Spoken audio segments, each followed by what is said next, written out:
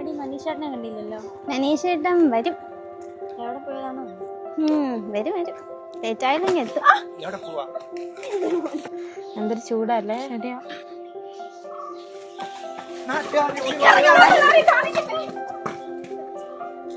എന്തൊരു അലമ്പ് പിള്ളേരല്ലേ ചേച്ചി.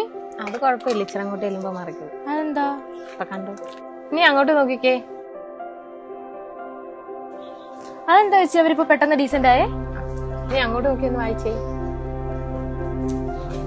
ഡീസന്റ് മുക്കോ? ആദ്യകാലത്ത് എല്ലാ കൃഷിക്കാരും തൊഴിലാളികളും എല്ലാവരും തിങ്ങിപ്പാർക്കുന്ന ഒരു സ്ഥലമാണ്, ഒരു ഗ്രാമപ്രദേശമാണ്. അവിടെ എല്ലാ ആളുകളും എല്ലാ രീതിയിലും അങ്ങോട്ടും ഇങ്ങോട്ടും സഹകരിക്കുന്നു എല്ലാ ആളുകളും. അപ്പോൾ അങ്ങനെ ഇവിടെ വന്നപ്പോൾ ഇവിടെ ഒരു സുവിശേഷ പ്രസംഗം മറ്റ് ആശാരി ഉപദേശി എന്ന് പറയും പുള്ളി കൊടുത്തത്.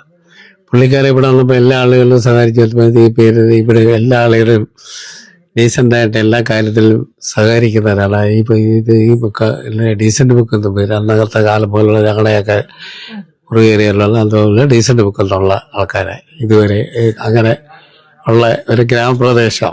ഓരോ നാട്ടിലും കൗതുകമാർന്ന ഇത്തരത്തിലുള്ള സ്ഥലപ്പേരുകൾ ഉണ്ടാവും. ഈ സ്ഥലപ്പേരുകൾക്ക് പിന്നീടെല്ലാം രസകരമായ ഒരു കഥയും ഉണ്ടാകും. അപ്പോൾ ഇനി ഇതുവഴി വരുമ്പോൾ എല്ലാരും ഡീസന്റ് ആവണം അല്ലേ? തീർച്ചയായിട്ടും.